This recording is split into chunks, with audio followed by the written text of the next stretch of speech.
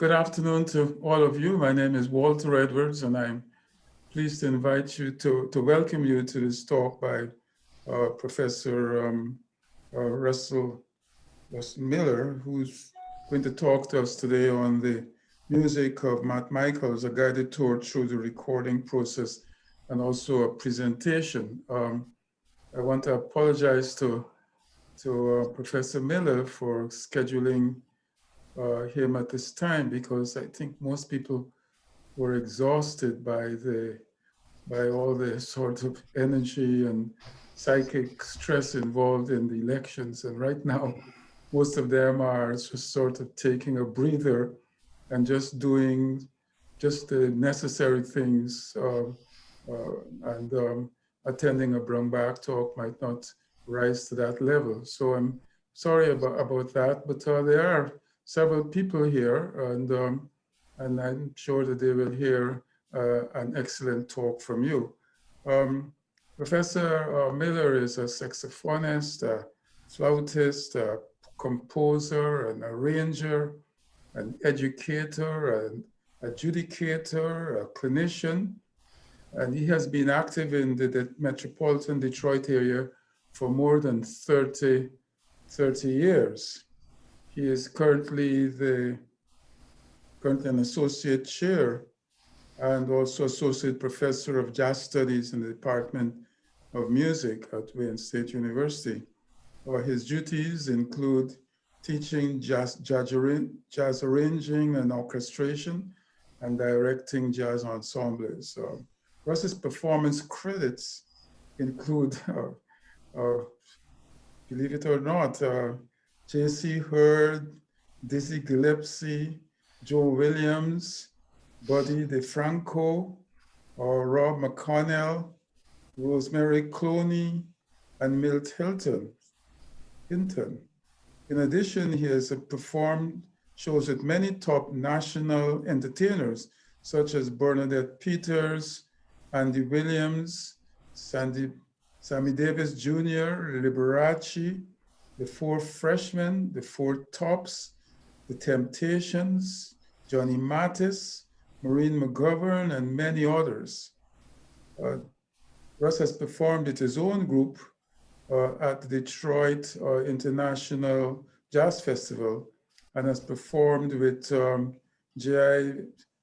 DIGF Big Band, accompanied many nationally acclaimed artists, and has been a regular performer at the Michigan Jazz Festival.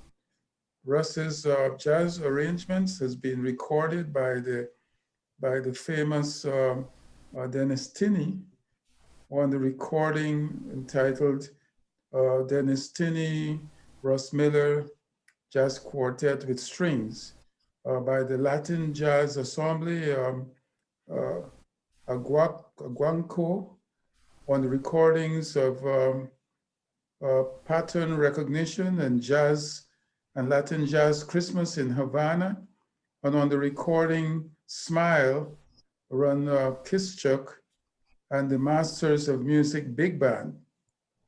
Russ has performed regularly with and written arrangements for the Toledo Jazz Orchestra.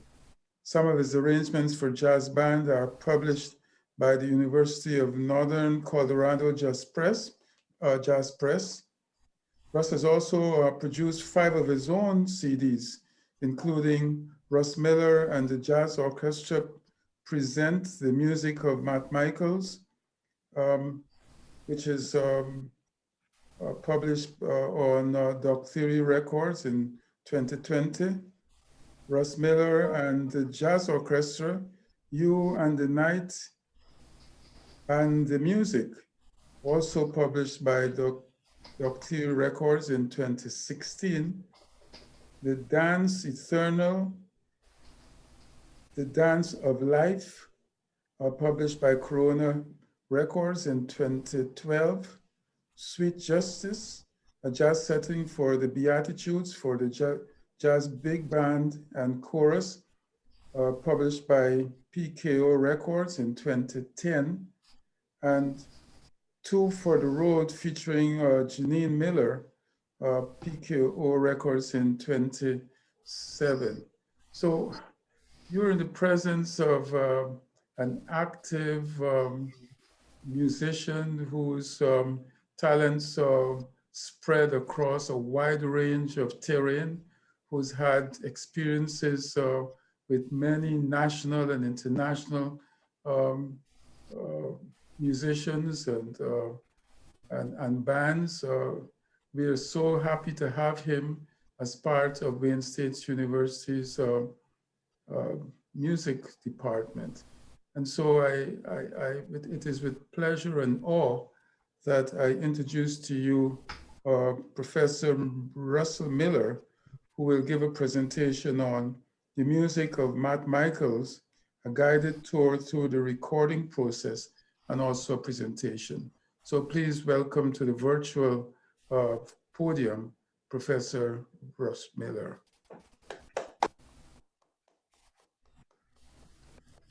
Thank you. I would like to particularly thank Professor Edwards for running this series for so long. It's a wonderful thing to allow um, all the colleagues and everyone to show their research and share all the wonderful things they're doing. And also a thank you to Kennedy for helping to facilitate all of this kinds of stuff, because there's a lot of things going on and trying to get everybody's things together, and I could see that, boy, there's a lot of work there. So thank both of you for doing this. So I will just give me 1 second here. I've practiced this, and hopefully all the technology is going to work as planned. I'm going to share my screen and move forward.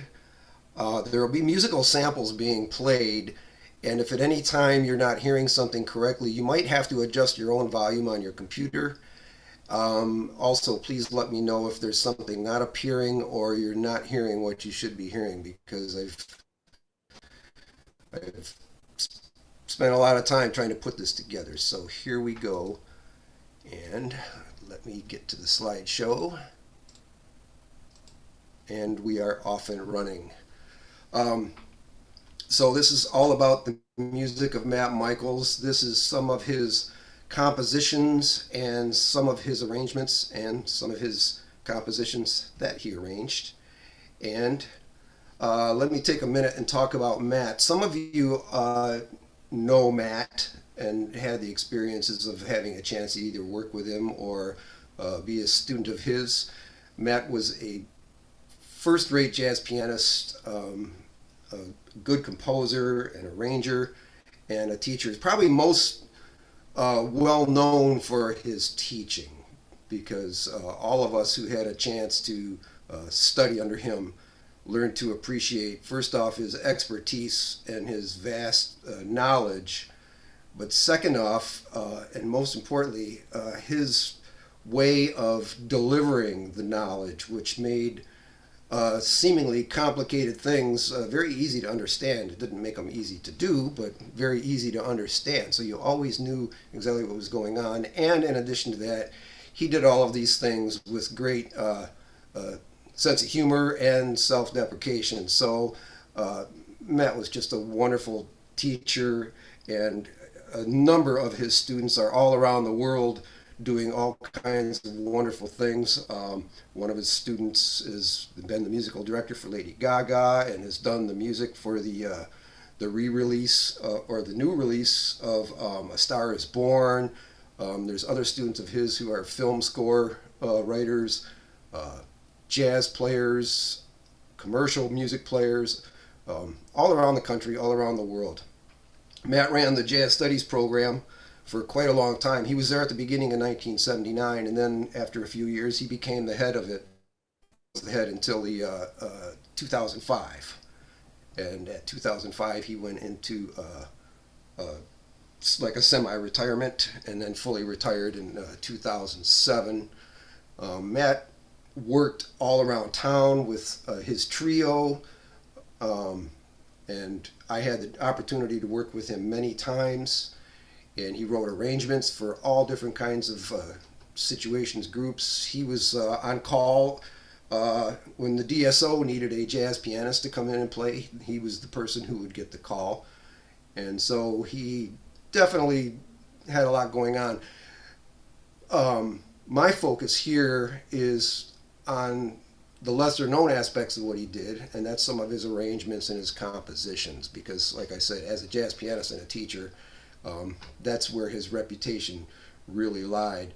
But underneath that was this wonderful musical ability to write music. So, this particular project focuses on some orchestral scores that he wrote to accompany a jazz trio and a vocalist. And so these were written for Professor Emeritus Dennis Teeney and his wife April during the mid 1990s. And I think Dennis had asked Matt to write some arrangements for him and April, featuring their trio with orchestral accompaniments. And these were performed for a few years around the Detroit area with all the local Detroit area orchestras, Grosse Pointe Symphony and the Livonia Symphony and the Warren Symphony. About 2017, I was in my office and Professor Teeney came in with a box of music and handed it to me and said, here, these were Matt's, and Matt would love for you to have these, and I would love for you to have these.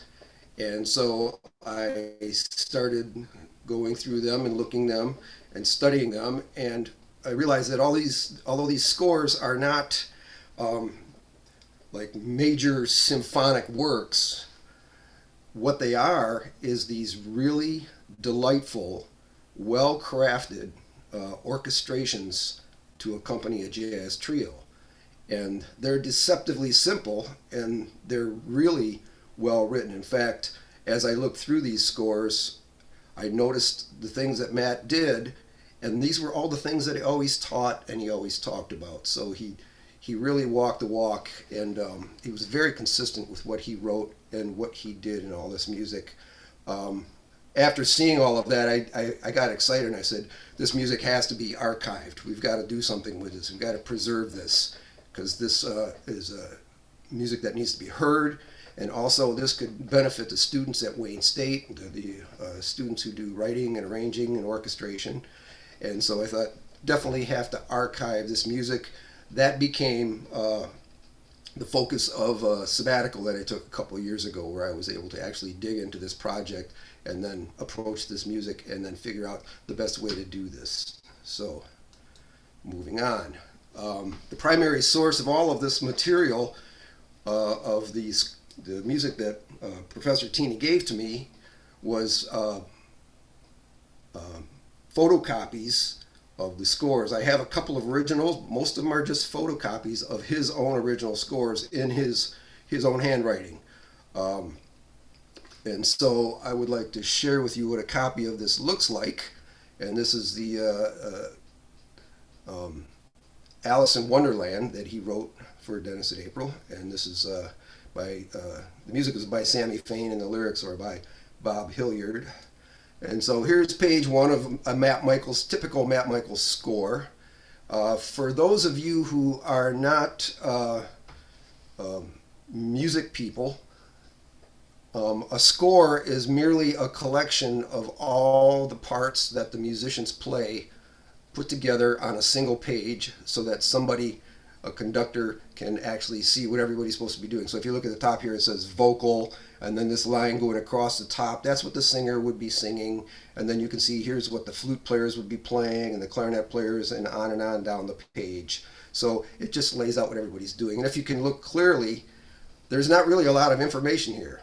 There's some chord symbols at the bottom of the page, and then some notes on the vocal line at the top of the page, and then it says colla voce there. And colla voce is telling whoever's playing this, which would be the piano player, to follow the voice. Colla voce means follow the voice. And so here's the second page of what that might look like, and then you're looking at, of course, a bunch of blank area with no information there, which doesn't give me a whole lot to work with, except that I can use some of my experience to determine what should probably happen there. And then you'll see various notes. So look, for example, it says horns. This would be the French horn line, and you'll see that they start playing right across there. You don't have to know what the notes mean or what they are or anything. That's not important. You can just see the ink and know that something is going on there. And it says here, second time only. So there's a section of music here where you're going to play it twice. The orchestra will play it twice, and the horns are being instructed to don't play it the first time, play it the second time. And these are very straightforward bits of information. Here's another page just to give you an idea of what Matt's handwriting looked like, which was actually very good. He had very neat looking scores, and to play his parts was always fun because a well written, handwritten part is pleasurable to look at and then pleasurable to play. So moving on. This was a two-phase process of archiving the music. So phase one was to create a digital version of the score and I used music software for that. In this case, it was a Sibelius. And also to edit and make annotations to the music. Like I said, there was many spots in there where there was notes, but there was no instructions of what to do with the notes. So I had to make a determination on the best way to present the music so that it would make sense and so that we would be able to create a flow with the music. So here's an example of that first 2 pages that I showed you and what this looks like after I've digitized it. So you can see the difference between what Matt had written and then what I've come up with. So in the beginning was that vocal notes, and there was no information there. So I've added the lyrics underneath it and cleaned it all up. And I've also, if you look here carefully, there's a 1 in red and a 2 in red and a 3, and these numbers are all over the place. These are actually numbers that correspond to my annotations.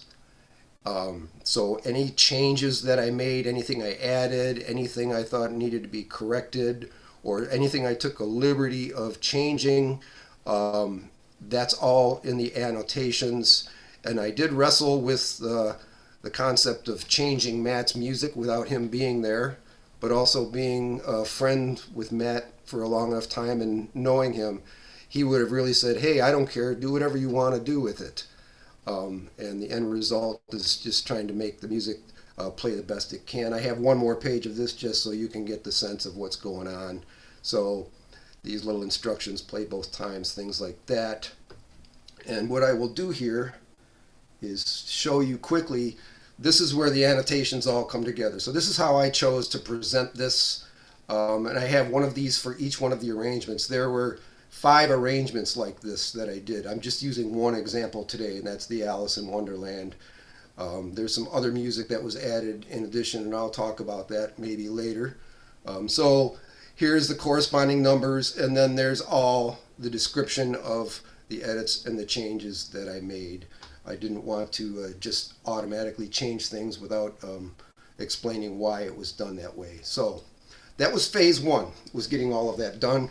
That also, putting the score in that format allows me then to print up parts for the individual musicians. So the musicians, for the non-music people, the musicians wouldn't look at the full score with everybody's parts on it. They would look at only their part, and that's how that would work out. So, starting the recording process, we start by tracking, and it's called doing a rhythm section track. And a track is when we record one group of instruments or even one instrument, and then we can put all the tracks together, and then we have the full recording. So we're starting in layers, and this would include then piano, bass, and drums. And on one of the tracks, or one of the songs on the CD is percussion, and that's our percussionist there. So we've got Mike Karloff, who's a former student of Matt's and a alumni and alumnus, and Wesley Reynoso, who also studied with Matt's, alumnus, and Pat Prouty's an alumnus, and Paul Keller's on our bass faculty, and Dave Taylor's on our drum faculty, and Pepe Espinosa is a good friend. He's been doing some clinics for us at Wayne State. So there's a large number of Wayne State students, faculty, and alumni on this recording.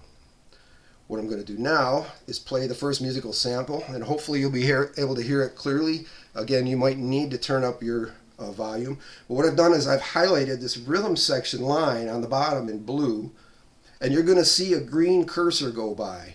So you don't even have to know what the music means. You can just listen to it and follow the green cursor along the blue line, and you'll see what you're going. But this will be the rhythm section track. There's no vocals, there's no other instruments, so it's going to sound a little bit empty, but you'll see how we build this up.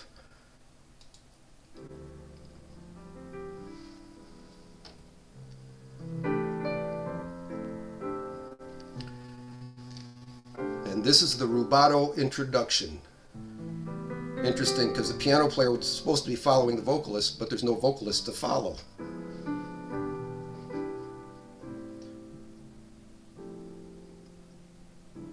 And then the tempo will start.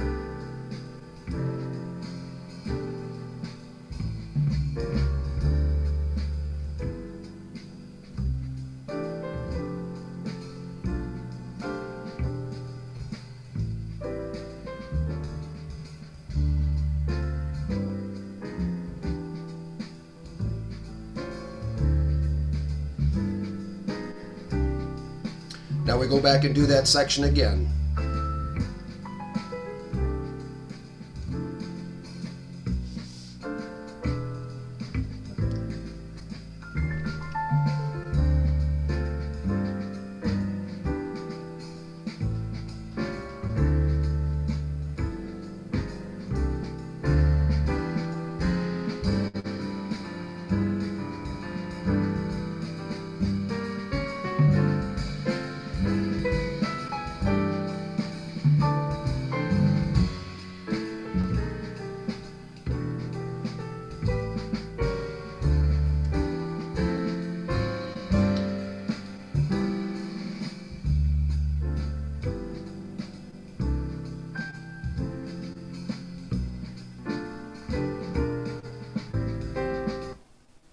Oh, I'm so sorry. I hit the... It's okay. We heard what that is. I'm going to move on to the next one. I stopped it a little bit early. Okay.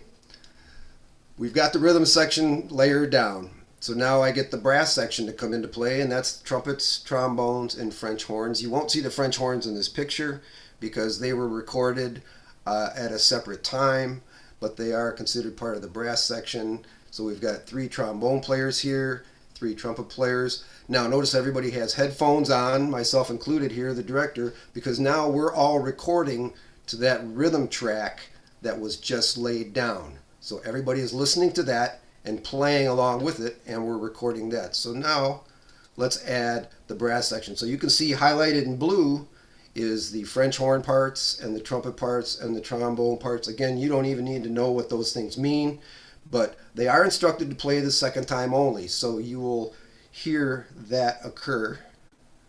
If I can get my cursor to go the right way. So here is the brass section. Again, it's a few measures of a space of no brass section because they're told to wait till the second time.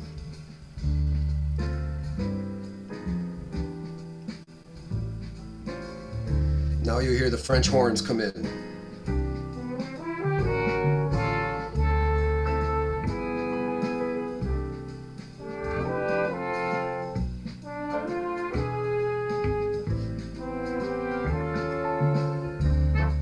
There's the trumpets and trombones.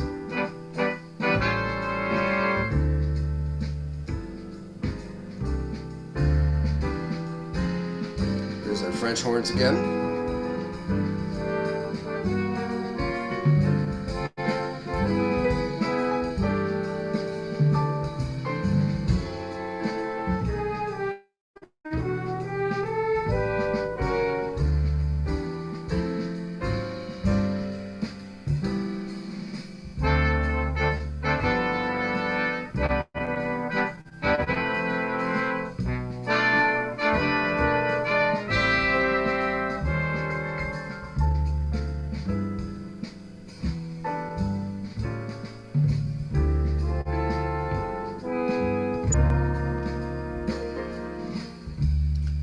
And there's our brass section. And now, the third layer we add, we put the woodwind section on top. That's flutes, oboes, clarinets, and bassoons. We've got 2 flute players, 2 clarinet players. There's our oboe player, and here's our bassoonist. William Underwood is did his master's at Mark Wayne, Berger. and Catherine Butler is finishing up her undergrad at Wayne, and Sam Martin graduated from Wayne, is our clarinet teacher at Wayne now. Chris Collins, head of the Detroit Jazz Festival, and also of Jazz Studies at Wayne State, and Kyle Johnson, a Wayne State alumnus, and Mark Berger, a Wayne State alumnus. So we've got a good representation of Wayne State people. We're going to add the woodwinds on top of the rhythm section and the brass section. Next layer is added. Same story, they're instructed to play second time only.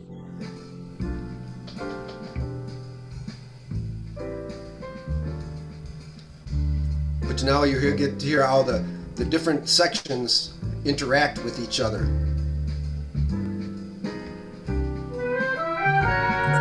Yeah. Okay. Have a great day, guys. Thank you. Just a quick question. So it only like Somebody needs to mute their microphone.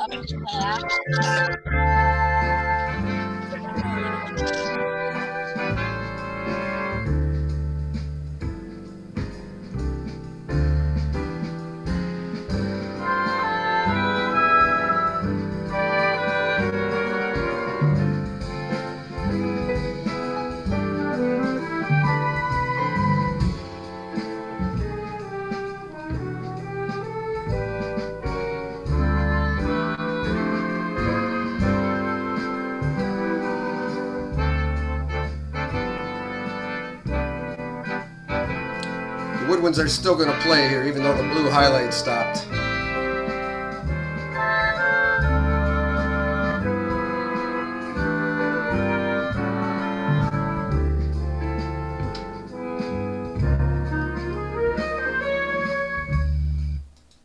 Okay, next layer.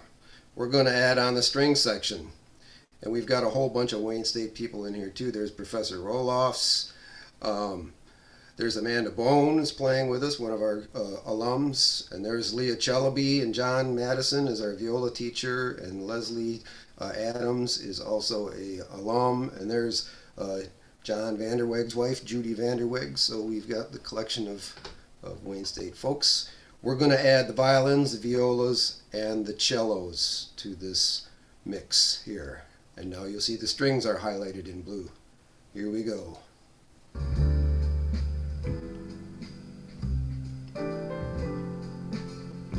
And the reason for all the second time only is to allow the orchestration to build.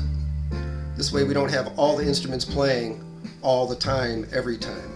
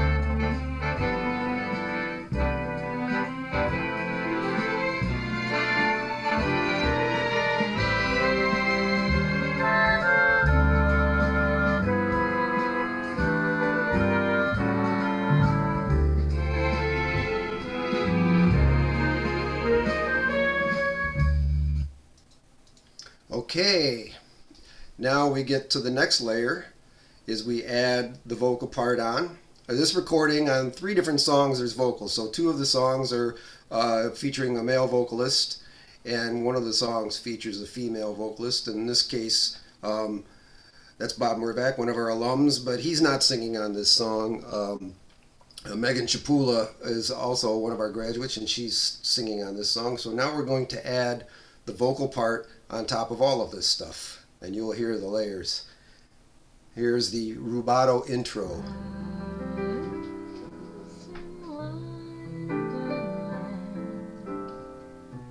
Where is the path to Wonderland? Over the hill or here or there? I wonder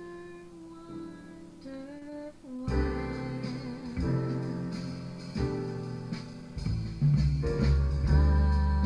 Alice in Wonderland. How do you get to Wonderland? Over the hill or under there or just behind a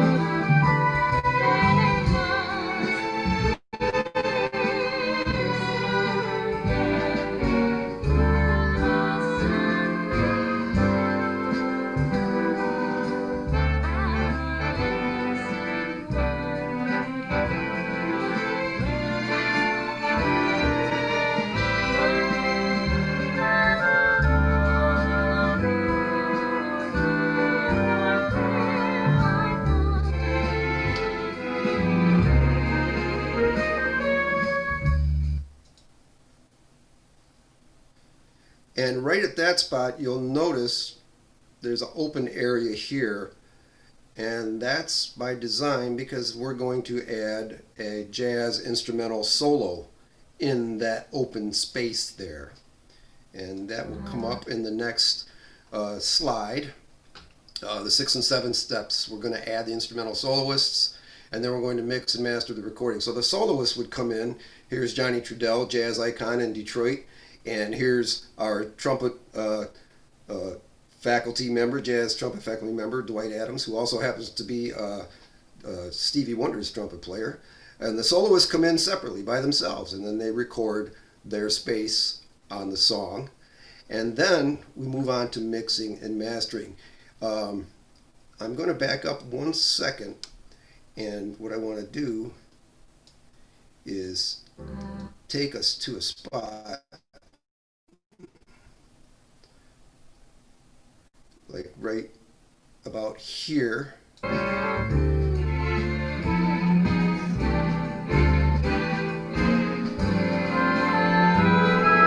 So you notice that the orchestra is a lot louder than the vocal part. You can hardly even hear what she's singing because everything is out of balance. Every track here, these are all tracks, the parts, every track is called a raw track right now. Nothing has been done, the music has just been recorded. So now we move on to the mixing and the mastering. And the mixing is when we take and we fix all of those balance problems. We bring the vocal up louder, we bring the instruments down, and we blend the instruments together. We add reverberation to the sound, which gives a nice warm effect to the sound. And the people responsible for doing that are these gentlemen here. This guy in the green shirt is Rob Russell, and he's the engineer of the whole recording session. He's in charge of running all this equipment, all the microphones, all the levels, all the boards, and he also helps and mix and blend all the music together. And this gentleman here is Chuck Pasquay. He owns the studio, but he also assists in also the recording and some of the mixing and the mastering. And once it is mixed, then we do a process called mastering. And mastering takes all the different songs on the CD and makes sure that the volume levels of each track are consistent all the way across the CD so that nothing jumps out at you or nothing disappears from when you go from song to song to song. and it also equals out some of the levels of the recording itself. So, having said that, let's listen to the final product, mixed, mastered, with the jazz solo on it. In this case, it's going to be a flute solo in that open space, and you will hear what this is. Right. Sorry, I'll get that.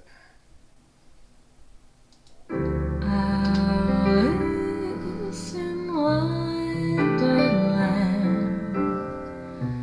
Where is the path to Wonderland? Over the hill or here or there? I wonder, wonder where.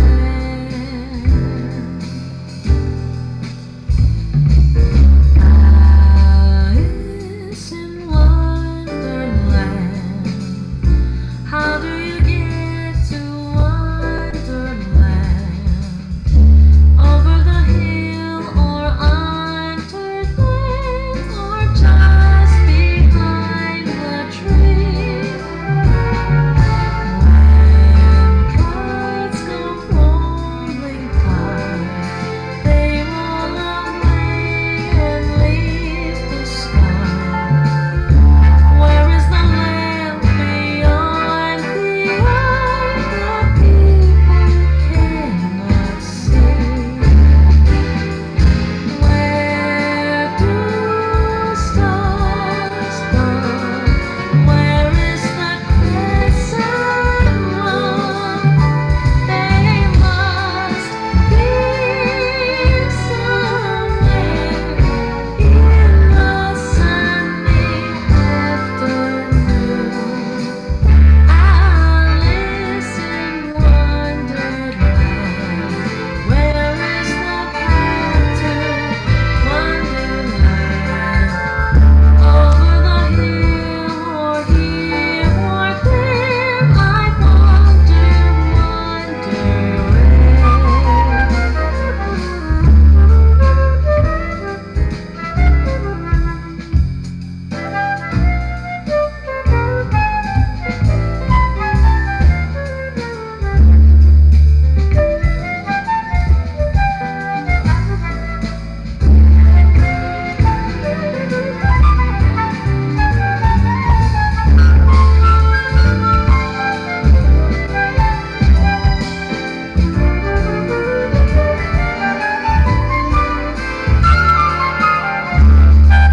somewhere in the sunny afternoon.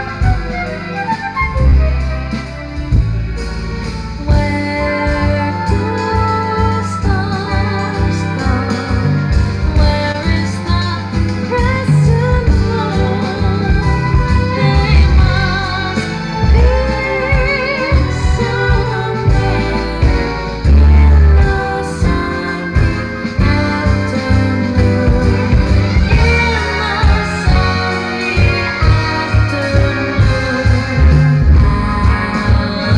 Alice in Wonderland. Where is the path to Wonderland?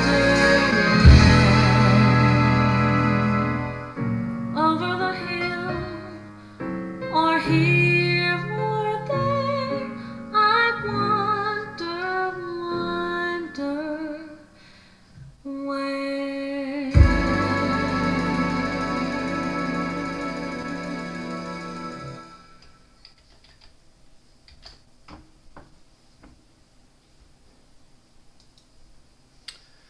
And there you have it. Going through the whole process of doing a recording, and then we do that for 8 more songs.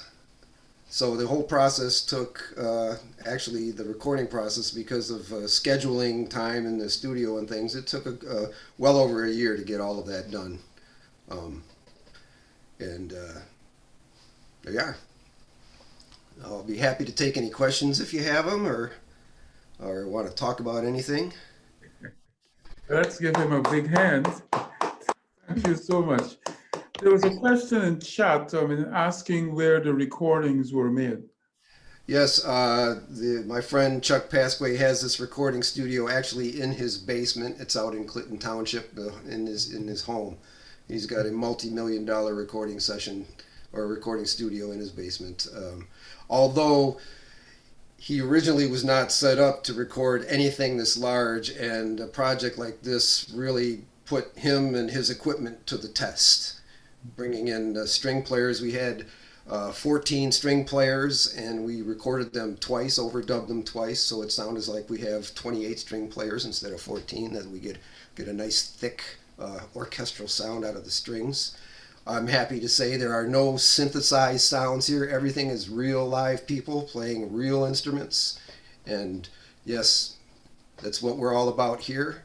And it was a real a thrill to do this, and also a challenge and huge headaches at time, but it was definitely worth it. Any other questions? Yes, Abby or Mary, you guys have to unmute yourselves. Okay, I'll just have a couple of quick questions. First of all, where can we get this? Yes, that's The whole thing. Is it available via CD? Got my list here. So it's you can get it on iTunes. It's on Napster, eMusic, Spotify, Amazon Music, Google Music Store, Deezer. If you want a physical copy, I have some of those in my office, so you can easily just get a hold of me, Russ Miller at wayne.edu, and I'll be happy to make arrangements for you to get a physical copy. It's lovely work.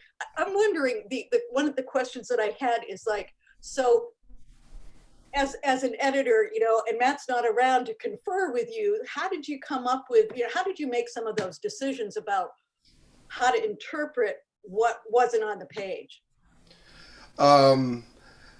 Experience. Yeah. Obviously it helped knowing Matt, So yeah, sometimes you have to make a call and you have to look at it and go, boy, it would really make a lot of sense to do this. And then I think, well, what would Matt have done?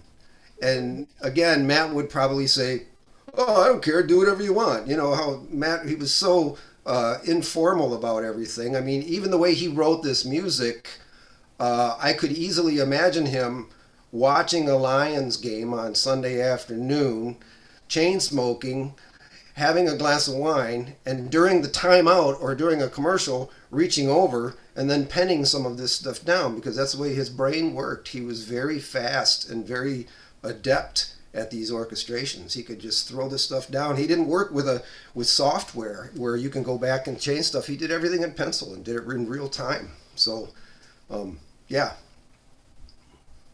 I did feel funny at times about changing some of his things, but I was trying to use what I tell my students are the most mysterious of the two musical elements, and that's taste and judgment. So I tried to employ that in terms of making decisions on how to add or change or delete something from the music. Yeah, Mary. Are the scores themselves part of the archive?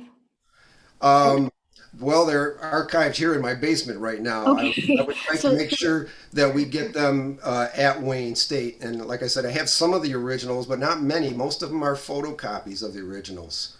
And are his original manuscripts somewhere kept, like in the library, It might be around, and actually Professor Dennis Tini could maybe elaborate on that. These were the things that Professor Tini gave to me. And so this is what I had to work with. I have some other scores that were not recorded of some other different things, and some of those are original scores. I think it's very interesting that you've put together his works kind of more in a body, when he probably didn't think about that except for this project, himself. And I think that's absolutely great. And the way that you've shown the change from the manuscript to how score is elaborated for actual performance, and all of those things are just marvelous. And having it kind of together, be able to see the manuscript and your transcriptions, and then the performance together in one place, around music school would be a great resource. Yeah, this would be, I would be happy to make this available to students and other faculty.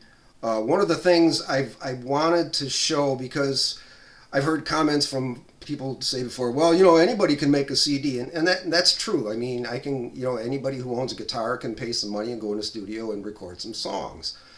I wanted to show that there's another level of depth and sophistication into putting together a more serious project, a quality project that really takes some thought and some effort.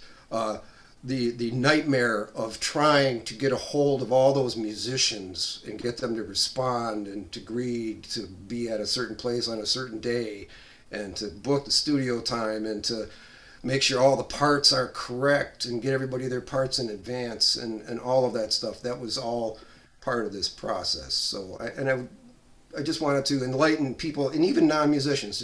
This is how something like this can go together. This is not the same as a live orchestra recording on a concert stage. It's not intended to be that. This is a document. And this music has been performed live. We performed it at it's called the Cube at Orchestra Hall. We did it 2 years ago. And so we used the Wayne State Orchestra and the Wayne State Jazz Band and various folks to play the music. So playing it live is a wonderful thing. And then you get a little more interaction between all the musicians.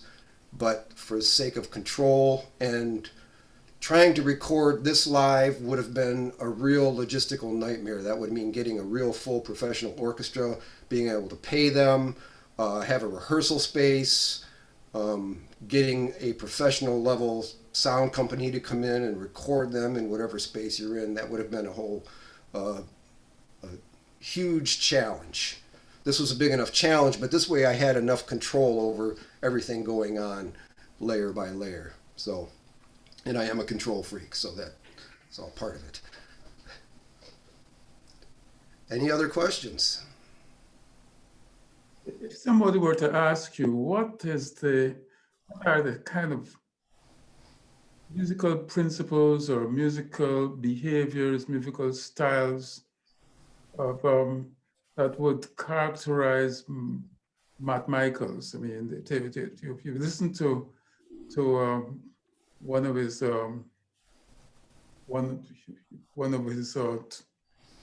products, but if one were to say, well, look, I have Matt Michaels, and what is it that I have in terms of the style and principles that he characterizes? That's an absolutely wonderful question, because Matt was so knowledgeable in so many areas. So his style was jazz. You could hear him play straight up jazz piano. He could arrange choral music. He actually has a Broadway play that he did the music for. It never got performed, but he did get a reading in New York with some really high profile folks. In fact, I have that play. Professor Teeny gave me that as well, that Matt did all the music for. So writing for in the Broadway style. He was a really good classical piano player. He was trained classically. He was so well versed in so many things. The nice thing about Matt was that he saw the connection between all the different styles of music. He was, the things that were true in Mozart were true in Cole Porter, and it was all music, and it was all good, and it was all well done. A lot of times he would have his jazz piano students study classical pieces just to help them develop their touch and their technique.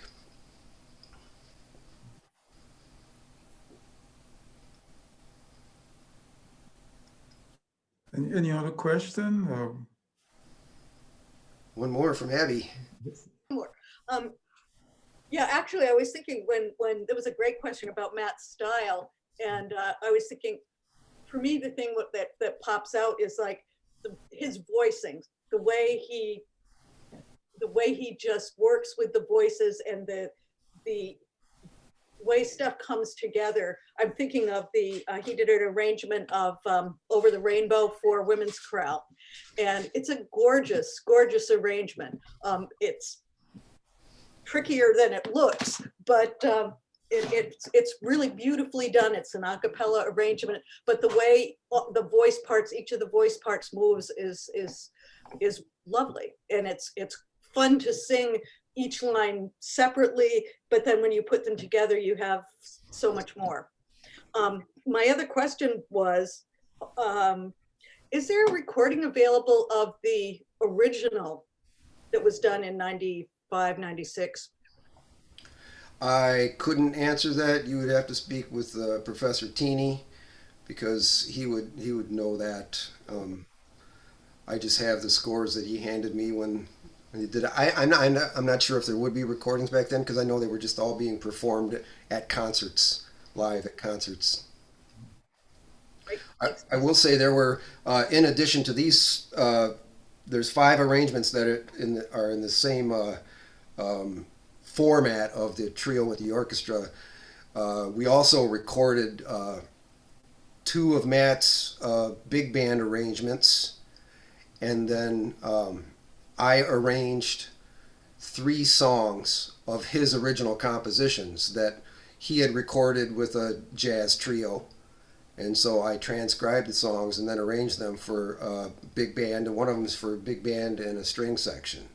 So the recording also features not just his arrangements, but his compositions, that some of them that I arranged, which was a whole lot of fun, because then, again, when you're looking at somebody else's orchestrations and you're looking at their music that they compose, you really start to feel like you're getting inside of their brain and think how they think. And one of the things Matt did, again, I believe I said this earlier, but he was very consistent. You could talk to him about music, about writing music, about arranging music, and then when you looked at the stuff he did, it was completely consistent. Everything made sense. And I would look at the stuff on the page and I would go, we talked about this a long time ago. And so it was very enlightening, and it's like being there in the room with him again. So.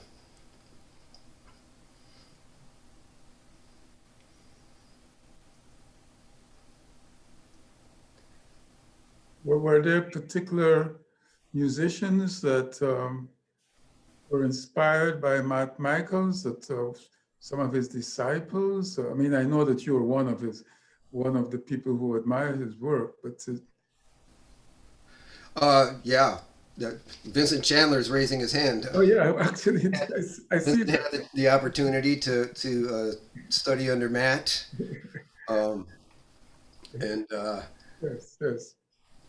yeah, Do there's you want to people. say anything that about his influence on you? Yeah, I can speak to something that even came out in Russ's arrangement. Matt was a very peaceful, humble man. He always had a sense of happiness. It wasn't something that he exuded like it shouted from him, but there was always an inner happiness with him, and I could really feel Matt's personality in the way Russ treated that arrangement. Yes. Russ is has a wide range of techniques that he's capable of using, and he could have done many different things to that arrangement, but I think he kept it true to Matt's personality. Very kind, giving person.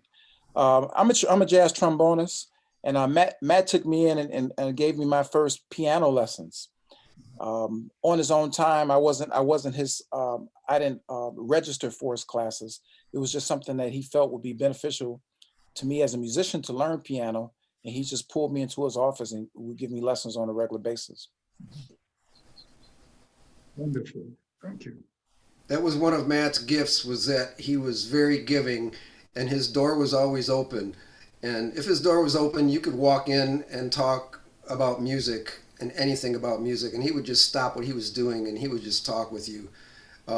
It was amazing. The first time I wanted to write a vocal accompaniment, big band accompaniment for a vocalist, and I had no clue where to start. And I just walked into his office. I said, I'm going to try to do this. What do I do? And he dropped everything and he got the manuscript paper out and he got the pencil out and went over to the piano and said, come over here.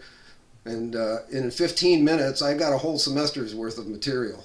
And it was wonderful because he had a great way of explaining things and I just understood everything clearly. And so I was off and running at that point. And he would just do that. He would stop and just help you with whatever you had to do. Wonderful, wonderful. I think I got exactly that feeling from that one piece.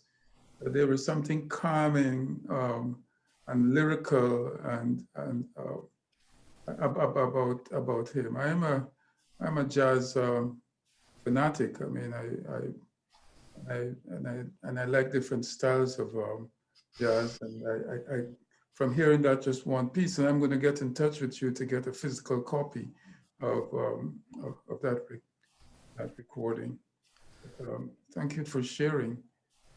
Yeah, I'd like to thank everybody for joining in today and partaking in this. And I hope it was enjoyable to you and maybe a little bit enlightening. And we all get a chance to share some of Matt's music.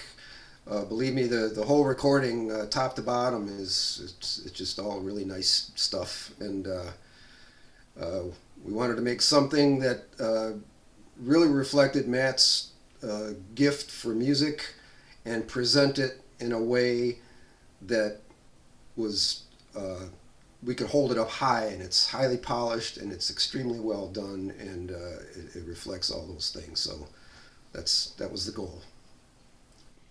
Thank you. Kennedy has something to say. Yes, Professor Miller, thank you so much. This presentation was very well crafted. And I have to say, like, presentations like this with our Wayne State creatives are one of my favorite. I love when we have musicians and filmmakers and artists come and share their expertise. This definitely was a midweek treat, which is beautiful from beginning to end. And I think you really did facilitate some meaningful discussion, which is what the center is all about. So we're so glad to give you the platform to share this with us. And on behalf of the Humanities Center, and as a small token of our gratitude we give to all of our brown bag speakers, we do have two gifts for you.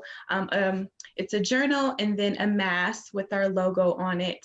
And we will be reaching out to you individually via email to safely get these to you towards the end of the semester when the COVID dies down. But more importantly, we thank you so much. And we thank the beautiful audience for coming in and sharing this presentation in brown bag with us. So thank you again, and everyone have a wonderful day. And if you have any questions, I did put Professor Miller's email in the chat, and this has been recorded, so we will be uploading it to our website. So thank you. Anything else, Dr. Edwards, or anyone else have any questions? Just to endorse what you've said, and thank Professor Miller for his sharing his expertise so generously. And I hope that it will inspire other musicians to come forward and share their expertise in this forum with us. Thank you so much, sir, and have a good rest of the day. Thank you. Bye-bye. Yes, everyone have a good one.